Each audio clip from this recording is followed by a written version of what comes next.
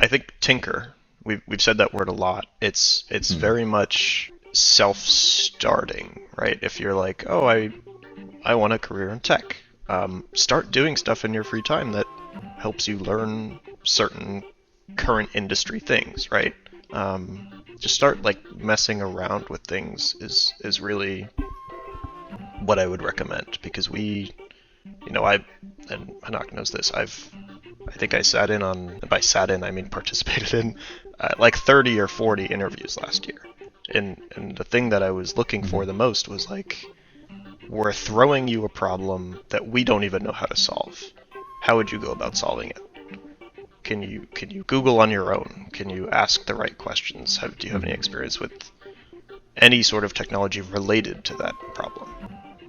And I think you can't really learn to troubleshoot and to Google and to find the right answers to questions without running into those problems on your own. Welcome to Tech Stories, a show that explores people's unique journeys into tech. My name is Hanok, and on today's show, how Patrick Boyle was able to accelerate his career growth in IT by taking advantage of his experience in college. Oftentimes, we hear stories of people who are very successful early on in their careers. It might seem like they possess a natural knack for the work they do. And while that might be true, chances are they put in just as much work, if not more, into their craft. Today's guest, Patrick Boyle, is an embodiment of this scenario. At just 25 years old, and 4 years after graduating college, he has been promoted in his system administrator role at Raytheon BBN Technologies 3 times, and has gone on to take ownership of several critical infrastructure in his company. But for Patrick, his tech journey didn't begin at his job. It begins much earlier in his life. I saw the computer and I started playing games with my brothers. Good old Roller Coaster Tycoon was pretty early there. No idea what that is. It's a game where you make roller coasters and that's it. You make a park. Oh, you make them? Yeah. You're not like on the roller coaster? No, you design a park. It started with that, and then RuneScape was kind of the first, multiplayer game, and then World of Warcraft was another multiplayer game, and then Minecraft, and that got into more of the freelancing stuff. I ended up taking Minecraft and as a high schooler making money off of it. Oh, cool. So you were tinkering around with tech in high school, so like way before even college. Yeah, that was the first real, what I would say, tinkering was. Okay. I had built one of our home computers at some point in high school with my brother. But beyond that, the first time I kind of started doing technical things on my own was the Minecraft stuff. So what did that involve as far as like technical duties? That was a little bit of, it was informal system administration. It was, I don't know what year this was, maybe 2014-ish. Minecraft servers were, you had to go to their website, download a Java jar file, write some config options, move some files into other folders to install plugins, and then that was kind of the beginning of it, and it turned into, I met this guy who teaches English in China, and he ran a Minecraft server. Okay. And I was playing on his server for a little while. He made me a moderator. Eventually, we became friends, and he was renting this VPS, this virtual private server, from some company, and it was a Windows server. And he was running the Minecraft server off of that. And eventually he needed help with it. He needed help installing plugins or configuring certain things. And so I helped him with that. We ended up making some money together. We played together and ran servers for like 4 years. At some point we switched to Linux, and that was sort of my first introduction to Linux system administration work. The command line, changing config files, all sorts of stuff. Did that spark like just more interest into tech, and did that snowball into tinkering with other things, or even deciding to get into the tech world? Yeah, I think it did. So throughout the RuneScape and the World of Warcraft and the Minecraft and all the gaming stuff together, I had always been like interested in a career in technology in the future, right? That was kind of, when I grow up, I want to do something with computers. Sure. And so that work on the Minecraft stuff dovetailed nicely into when I went to college and got a job at my school's help desk. And so that was Right. the first hardware tinkering that I ever did. And that was, every day taking apart laptops, putting them back together, helping with desktop support issues. So if I were to kind of give a timeline of like since when you started tinkering with the Minecraft server and stuff like that, so that would be like in the high school era. Yeah. But you also had as a student technician like all 4 years of college, I assume. Yeah. And then in between that, you had an internship where we are now, and now you've been working at Raytheon BBN Technologies. Right. Right.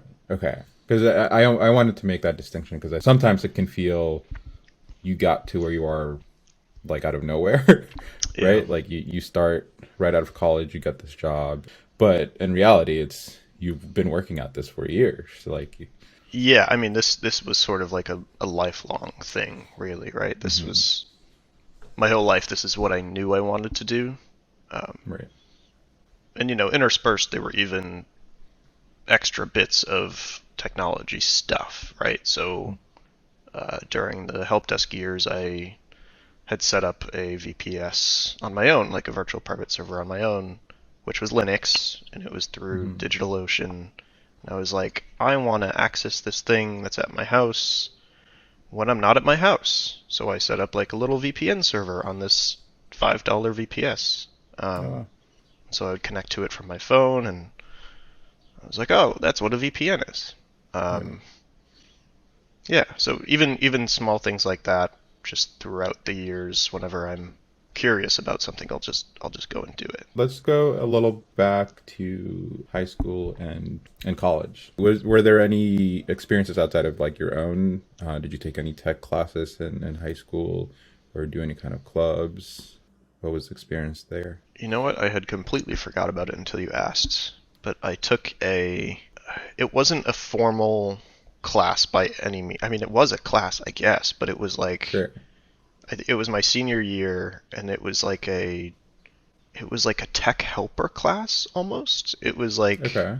we all sat in this room together, and at some point the professor set up like a ticketing system or something, Okay. and it was to help like other students and teachers with technical stuff. But I Oh, don't think it really ever gained any traction. This was like the first time the class ran, and she didn't really know what sure. she was doing, and But she was setting up a help desk yeah, for the yeah, high school. right. Okay. So I did that, which wasn't a lot of experience, but it was something. It's interesting to hear at the high school level like how much like difference there is as far as like learning tech. But presumably you had at that point you had enough interest to kind of want to pursue information technology, right? Yeah, And you ended up going to Bryant University for information technology, if I remember correctly. yeah, that's correct. Tell me a bit more about that experience. How was college? Did you go into college knowing you were going to do information technology? I did, yeah. So yeah, I went to Bryant University, which is primarily a business school. So I think in my major, which was information technology, there were maybe 17 people to start in my major freshman year. Oh, And wow. then by the time I graduated, there were 3 of us in my major. So Oh, okay. that might give you some inclination as to how to understand that degree path. But it was this was 2014 when I started school, so it was still in the era of like, unless you were computer science, there wasn't really there were no good IT programs across the US, really, right? There weren't like Sure. system administration things. It was more a jumble of some CS stuff and some business stuff. So I took like Java 1, Java 2, I took this class that was like Android development, like making apps Oh, for cool. Android. Yeah. There were a couple of project management related classes. There was one where I don't really know. It must have been some hardware class. But like the final project was putting out a RFP, a request for proposal, Mm. to say, I want to build this system. Somebody bid, parts and dollars and tell me what it's going to take. Like that was the Oh, final okay. project. I don't know. It was a little weird. There were a couple other classes. There was database class. There was, I think it was actually two database classes, and a couple of cybersecurity classes. They weren't. A lot of this was very theoretical. Mm. There were no labs. I don't think I did a single lab. Nothing hands-on. Me Never really neither. touched a piece of hardware. Um, I think it's insane just how like terrible like IT degrees are. Like I had an experience where it was more structured, as in, well, my college story. I yeah, like yeah. transferred in and out like a bunch of times, so that didn't help. But when I was at UMass Boston, which is where I started, there was a bit more structured as far as like there was an IT degree, or an IT program, but it was still within the CS program. But there was a concentration of like system administration, Mm, networking, and stuff like that, which was good. yeah. And outside of my system administration class and my Linux class, there was no like actual hands-on. Even my intro, I think it was called like IT 100 or IT 101 or whatever. It was from a textbook. It was primarily like information systems, less like we didn't actually even like open a computer or a server, and talk about components and things like that, which was insane. And like hindsight, obviously I was okay, but like if I had zero like IT experience or knowledge, and we walked into that class, I don't think I'd end up working in IT eventually.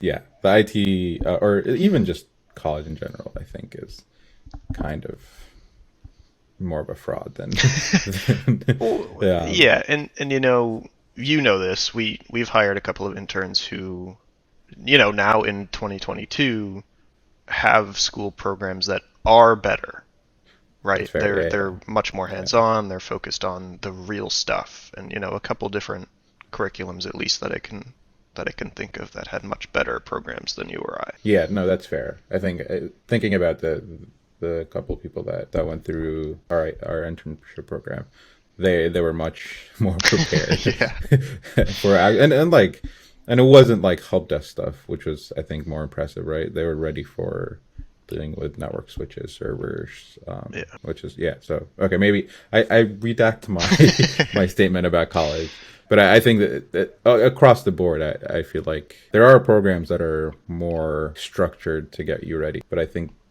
with programs that are kind of general like IT, Yeah. or within a bigger school, I think it seems more theoretical and less practical, which is not really what you need No, to get a it's job. and it's a toss up, right? You definitely need to do the research on the school and see what the curriculum is, not just the name of the degree or the Yeah. reviews of the school or the size of the school. It's look at what the classes that they offer are and see Yeah. if they line up. So thinking about your experience at Bryant, would you say or there were any classes, or even maybe even professors that were impactful, um, for your career in a good way?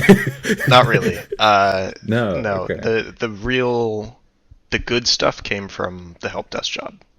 Okay. That's where I learned a lot of customer service skills is huge in help desk to begin with, but even in system administration, a lot of the time you're working with or for a user to some extent, right? Yeah. So you need to be able Okay. to. I think the thing that I gained the most from that help desk job that I use today is how to talk to a user to really get to the root of their issue or the root of what they want, Mm, right? Because they'll come in and they'll say, "Oh, my laptop's dead," right. and that's it. And you have to talk to them and be like, "Okay, well, when did it die? What were you doing when it died? Has it died Right. before?" There's a train of questions that you might have to pull from them to get more information about what the issue might be, to either save time when you're debugging it, or just maybe it happens all the time and you know off the top of your head, oh yeah, this kid puked on his laptop, like Right. you know. Right. So that, I mean, it was 4 years of face-to-face help desk support. 2 of those years I was the student lead, and I worked there for over a couple of summers also. So the one summer that I interned was the exception. I otherwise was there for 2 summers. So walk me through like that experience. I know you talked about it a little bit about the help desk experience, but like paint me a scene of like what your job looked like. Are you using a ticketing system? Are you working on projects? Like, Sure. What kind of stuff are you doing? Yeah. So freshman year, they were using a ticketing system called Heat. The old crusty thing. I doubt it's anywhere anymore. Older than Request Tracker? I think so. I think it's pretty old. It's bad. Okay. It's really bad. It was like a Java GUI. It was bad. Okay. Yeah, so that was the ticketing system freshman year. Basically, a student would come in with, like, you know, we had a shelf where we would stand behind the shelf and they would come in with their laptop and say whatever's wrong. We would log it in the ticket system. If we could help them immediately, we would. Sometimes, you know, we have to take the laptop and figure out what's really wrong with it. We did a lot of hardware repair. Like, you know, many laptops a day. We would take in the back and unscrew them and replace keyboards, replace motherboards, replace screens, replace Wi-Fi cards. Wow.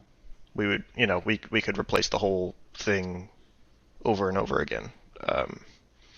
So there's a lot of hardware repair involved, and then you know, we call them or we email them or whatever their preferred method of communication is, and they come back in and they pick it up.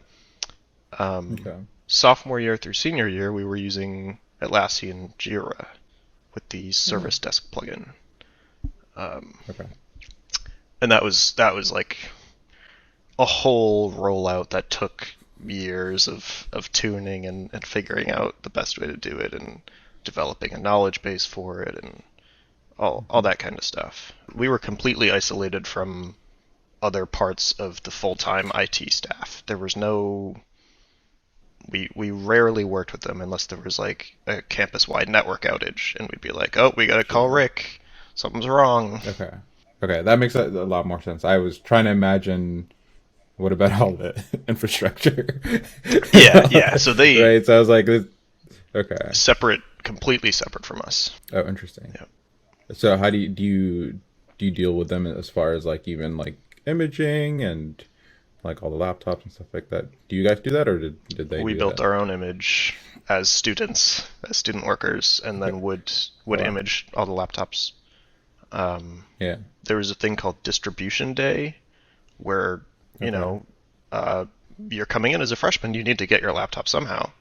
So we would set up in the massive gym, and we had all these laptops that we had imaged and bought and put together, and we put them in backpacks, and students come in and they sign a little paper, and we hand them the backpack with the laptop and the charger, and off they go. So that was a big project every year that we would prepare for and spend a lot of time on. Okay, so from 2014 to 2018, you were at Bryant University. You were a student technician, let's call it that, and then lead student technician. And one of those summers, you interned at Raytheon BBN Technologies, which is where you are currently. So to talk to me a little about the internship experience and how that was different from your student technician position. Sure. That internship experience was a mix of things again. It was, you know, the guy that I was working under had a bunch of different things that he didn't necessarily have time to do, and he wanted some extra help on. So, did a couple of things. I was thrown into learning about NIST, the NIST rules, so the National Institute of whatever that stands for at this point. I don't remember. But it's like a set of controls that companies should Right. follow to be secure in their information technology posture. Right. Especially working in the defense kind of industry. Right. There was some confusion about some certain industry rules, and so one part of my internship was clarifying those rules and then helping us implement those rules. It was like very, very low level stuff. It wasn't anything significant to the point where I can barely remember what it was. So that was one part of it. I did this thing with OpenFire, which is I would say, older chat thing, like a instant chat messaging service. So they were hosting this service on some old server somewhere, and they wanted to migrate it to a VM, to a virtual machine. And it had a bunch of components that I was unfamiliar with. I hadn't done this kind of thing before at all. Like, this was my first time touching a server to begin with. Sure. I had worked with VMs in the past in class and on my own and that kind of thing, but it had a Java key store backend, this service, which I had no idea what it was, but it was a struggle to work with, and it had a SQL database, and that was my first experience with SQL databases. But I wrote some Python to do some stuff to like output all the users and to back up the database and that kind of thing, and then reinstalled the service on a VM and ran some more Python to import all the old data. So that was one project. So you were already writing scripts at this point. Yeah. And automating things. Yeah, and I think that was... Yeah, I didn't have any Python course or anything. It was just kind of how to export SQL data thing, right? Like a Google search, and then some tutorials and figuring it out. And so walk me through like your mindset at that point. I feel like I would be, and I still am, usually freaked out when I see something that I haven't touched before, right? Especially, I don't know how much mentorship you got or how much direction you got into what to do. But yeah, talk to me a little about what your mindset was and like how you approach tackling this challenge. Sure. Very little guidance, I think, in general from the people that I was working with. But it was, I mean, my mindset was, I've been given this task. I don't really know what I'm doing, but I don't think I can break it with the things that I'm doing at this point, at least with the Python and exporting data and stuff like that. I felt pretty safe in doing that. Sure. This was actually pretty non-destructive in general, so I never really felt overwhelmed or afraid that like I was going to ruin it. And when I'm in that situation where it's like I'm just standing up a new thing and copying some data over, I'm much more comfortable with being, on my own and just Googling and figuring it out. Okay. Yeah, so it wasn't bad. I think for me the overwhelming part was actually, people were still using this service, so I had to call people and email people and say, hey, this thing's gonna go down for, I had to schedule my own downtime and say, I'm gonna put it down next Friday for 2 hours. Right. While I migrate this data and do all that stuff. Turns out it wasn't really an important service to begin with. Nobody really used it. So, he really gave me a softball where it was just get your feet wet and learn the environment and stuff like that. The year after that, right? So June, I think 2018, is when you started your system administration job. Yeah. Or as our company used to call it, information system technologist. Yes. Which is quite an interesting name. So tell me about, I guess, from then until now, right? So you've worked on multiple different teams. You've worked on different infrastructures. I know you've also gotten a bunch of certificates between there. So talk me through, we don't have to go too deep, but like, what kind of career path you went in the past 4 years or so? Sure. I basically started doing half-time work for, well, okay, I started doing full-time work for that guy that I worked for originally. And then, I met my now manager, and he was like, let me introduce you to this other group. And that other Yeah. group was Hanak's team at that point. It was Hanak and a couple other people, and I was so intimidated. Cause my boss came down. Yeah, Really? he came down. He was like, "Let me go introduce you to these people. They need some help." So he walks me over, and I meet the manager at the time, and she's kind of like quizzing me on a couple different things. She's like, how are your classes? Ah, How do you do this thing? Do you have any experience with this kind of right. thing? And I did, a little bit, and she was like, okay, great. Sure. Um, and then she walked me into another one of our colleagues' offices, Mike, and he kind of Mm, quizzed me a little bit too. That's kind of his personality, but he sure. asked me some questions, and he was nice. And I think I walked into your office and just said hi or whatever. I don't think we Yeah, really I did don't think I anything. quizzed you. No. Um, I'm surprised you got yeah, quizzed. yeah. I mean, knowing those people, Okay. it was a light quiz. It was just like I'm a fresh grad. I'm Sure. 21 years old. They need help, and they need real Yeah. help, not they didn't have time to be mentoring another person. Um, Hmm. so that happened, and then shortly after, I ended up working basically half time for my old manager and half time for this new group of people. Um, Right. and the halftime for the old group was very short-lived. They didn't have a lot of work to do, and this new group really needed the help. So it was maybe like a month of some small stuff here and there for the old group, and then some really uh, what I would consider like pretty deep Linux stuff for your group Yeah. pretty early on. So you started working on the same things that I was working on, which is supporting this massive HPC cluster or high performance computing cluster. Um, Walk me through, like, at that point, were you familiar enough with Linux to delve in and know what to do? Like, I assume you had to get some mentorship on the HPC software we're using. Like, walk me through that. Yeah. So I had the fundamentals of how to navigate Linux, and I had enough of a motivation bone to like learn and figure out and try to digest as much as I could. Um, Hmm. so I think it went in waves on how much I was independent versus how much I needed help on stuff.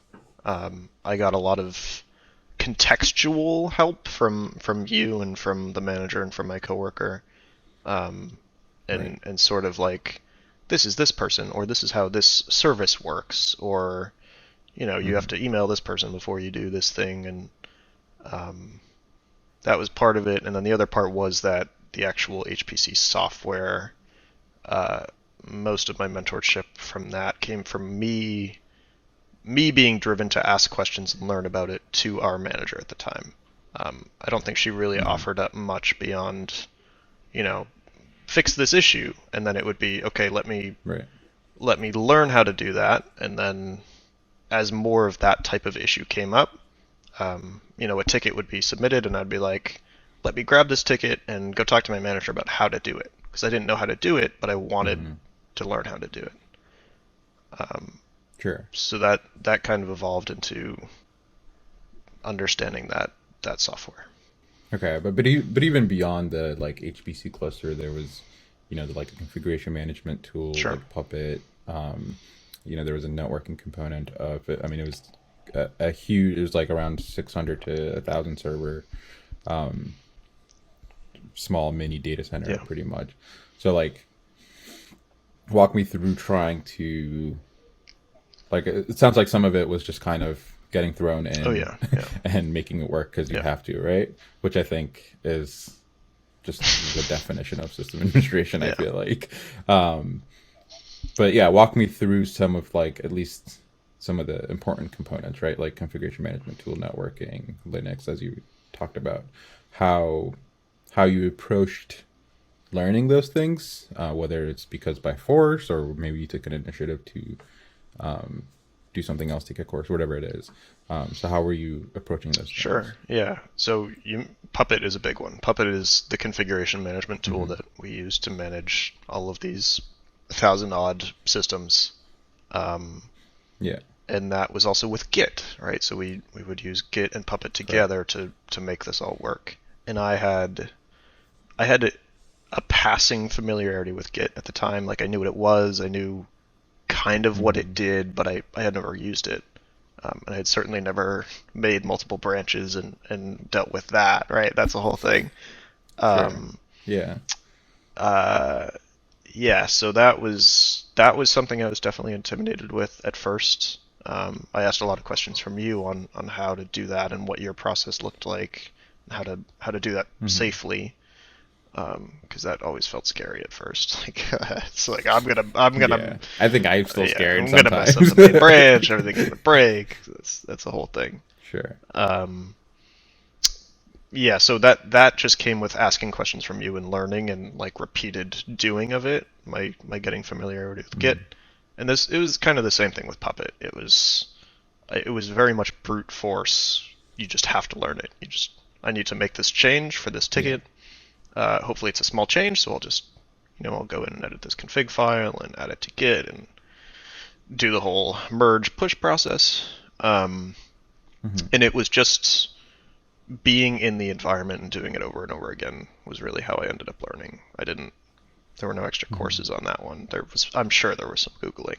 For me, like I need it was like a multi-step thing where I had learned the process before I learned like what things were. Right, like I was interning there for a while, usually part-time, sometimes full-time. So like I had learned how to make a change in Puppet, right? Creating my own branch, doing some change, testing, then pushing and merging, right? But I had no idea what Puppet module I was Mm, changing, right? I knew it did like let's say it was like a sudo module or whatever it is. I know where to go to add somebody if they need sudo access for a particular thing, and I can make that change.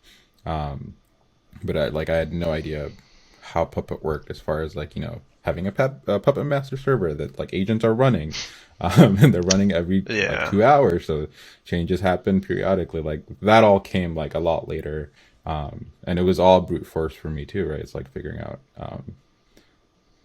just figuring out based on tickets and needing the need versus like a step by step like this is how it Yeah. works and why it works like that.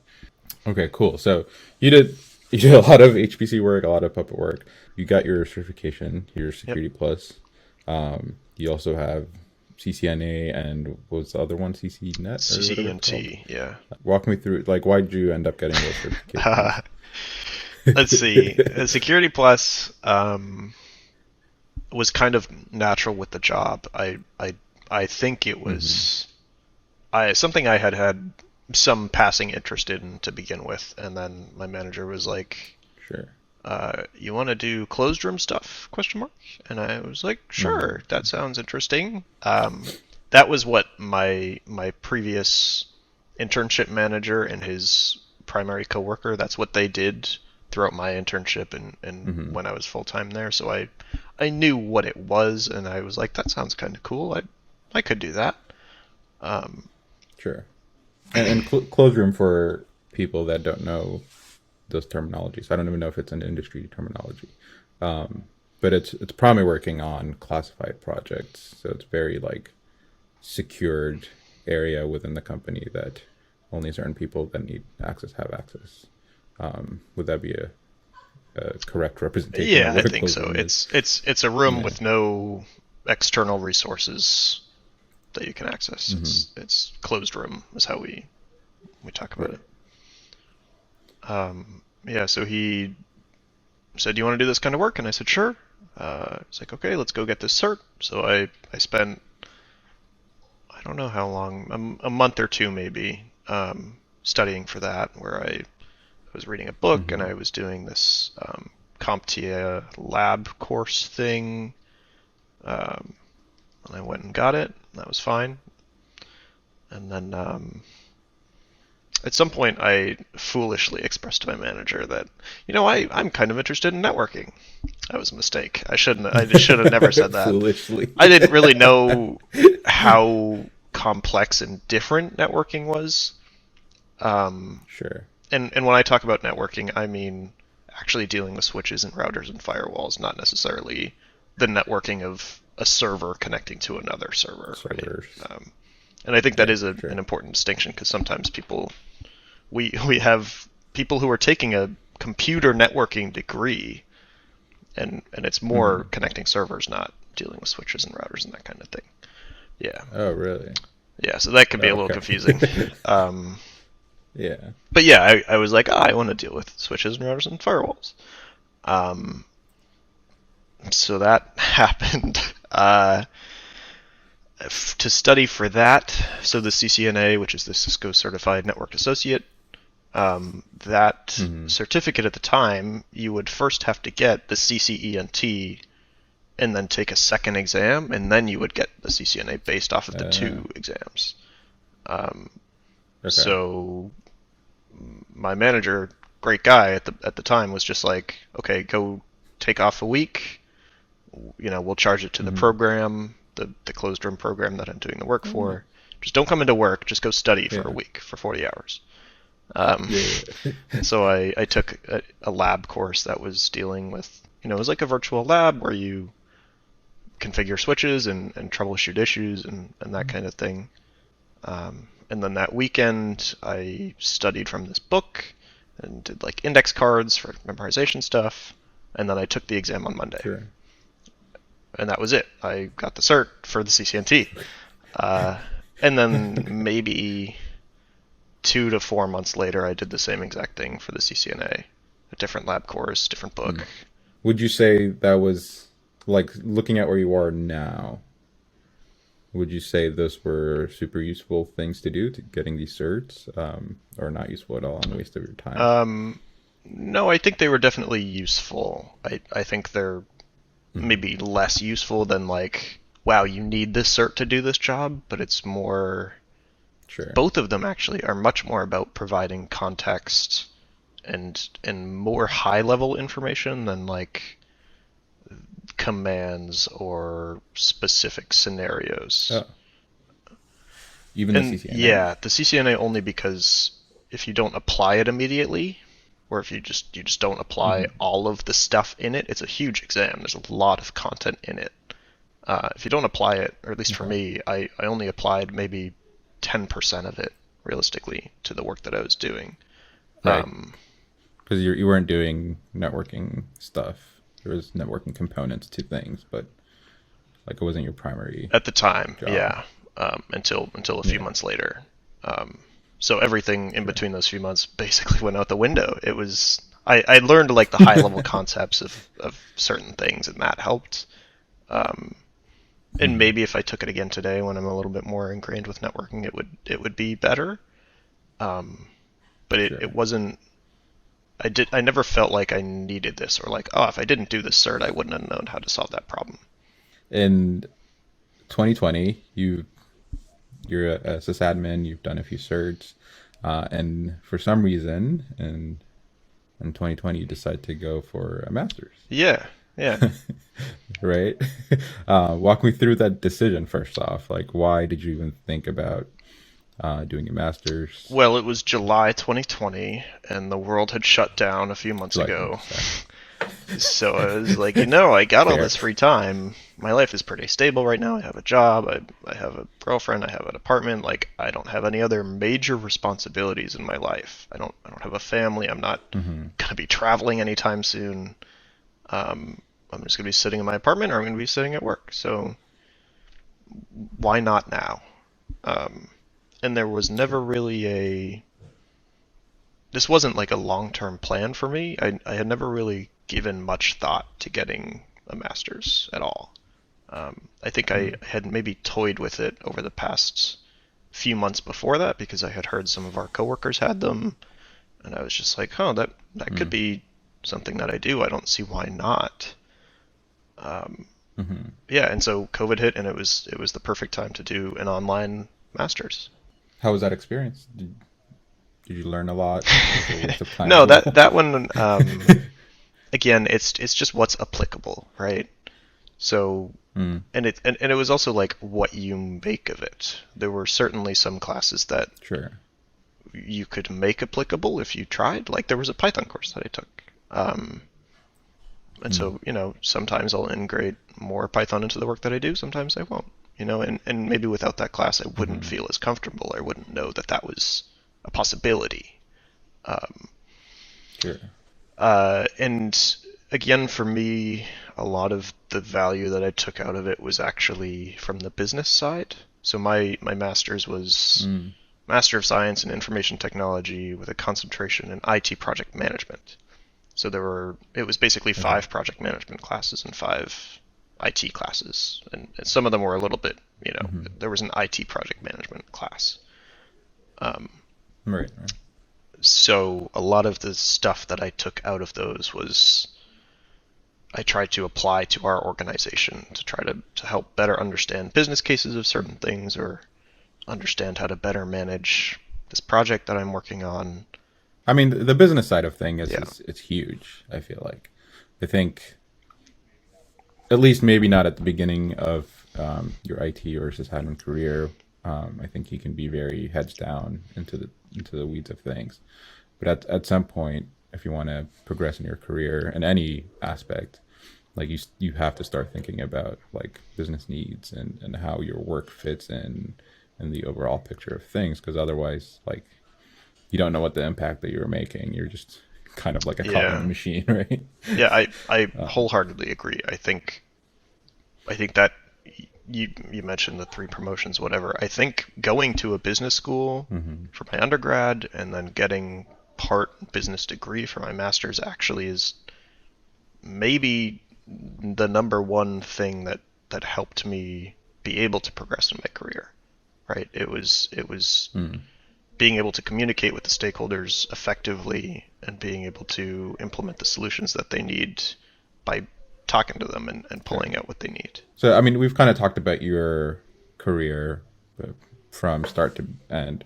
I'm just going to potentially finish out with a few questions that I think viewers might be interested in. Let's say you're maybe in college or finishing college. Knowing what you know now, how would you approach a career into IT? Like, would you get certs? Would you like, how would you learn skills? How would you like things Yeah, like that? I think tinker. We've said that word a lot. It's very much self-starting, right? If you're like, oh, I want a career in tech, start doing stuff in your free time that helps you learn certain current industry things, right? Just start like messing around with things is really what I would recommend because I and Hanak knows this. I think I sat in on, and by sat in I mean participated in, like 30 or 40 interviews last year. And the thing that I was looking Mm-hmm. for the most was like, we're throwing you a problem that we don't even know how to solve. How would you go about solving it? Can you Google on your own? Can you ask the right questions? Do you have any Mm-hmm. experience with any sort of technology related to that problem? And I think you can't really Mm-hmm. learn to troubleshoot and to Google and to find the right answers to questions without running into those problems on your own. Couldn't have said it better. And I think that that also covers my next question. You can expand on it if you want, but knowing that you've been involved with a lot of like hiring and looking at resumes and stuff like that, are there any advices that you would give to people starting out in their careers? Um, Yeah, that I mean that's probably my number one thing is the tinker for yourself and learn how to troubleshoot. I Sure. kind of want to talk about cert versus degree kind of thing. In this similar scenario, if you were starting out, would you approach degree or certs route or both? If Yeah, I you can do mean, it. for me, I would say degree. Um, if, Hmm. Okay, but again, it's very personal. Like for both of those sure. things, it is absolutely what you make of it. For almost any cert, you can just brain dump. Yeah. Like I'm telling you, it was a week of studying, right, and then I Hmm. lost most of it a couple weeks later. Um, to get your Yeah, foot in that's the fair. door, a cert will help, But if I ask you a question related to material from that cert and you don't know the answer, you're, Huge yeah, red yeah. flag, Then I know probably. you brain dumped it and you didn't Yeah. digest it and you didn't apply it, and I'm less interested in hiring you. Whereas if you have a degree, Mm. something that I think college can teach is how to use Mhm. resources at a base level, or how to communicate with Mm. people, right? At some level, it's general enough that I might not expect you to know the specific answer to a technical question, but I would expect you to be able to find the answer to that question. But I think experience trumps anything. I think I say that a lot actually, and I think I've made a few videos, kind of highlighting um, that experience is a lot more valuable than a degree or certs, and experience is hard to get if you're not in a job. But like you mentioned already, like if you tinker around, if you have projects under your belt, that is more valuable to me, or to people hiring, than like a degree or Yeah, a cert. absolutely. And similar things can be said about a degree, right? Like in the way that you can brain dump a cert, like you could mindlessly Yeah, go through your degree, at, as I have kind of for a majority of my degree, right? right. And from the business side of things, which again we've talked about a lot, we should probably consider the fact that some companies need a degree for you to get a job or for you to get a promotion, Mm-hmm. or to have any sort of valid interest in you, you need a degree. And it's mostly big companies, right? Sure. Like Google or whatever. Those dinosaur companies will ask for a degree in place of experience. Maybe I think it's a lot more lax now. I don't know if Google does anymore. Um, I Yeah, might be it's wrong. it's it's the job But posts I that are like 4 years of experience or a bachelor's. Those things yeah, yeah, yeah. that could help you. Sure, yeah. Yeah, I think in lieu of a degree, I think most people will want Right. some kind of experience, regardless of I think the company. Um, but yeah, I think the strict degree requirement isn't necessarily like a popular Right. thing at this point.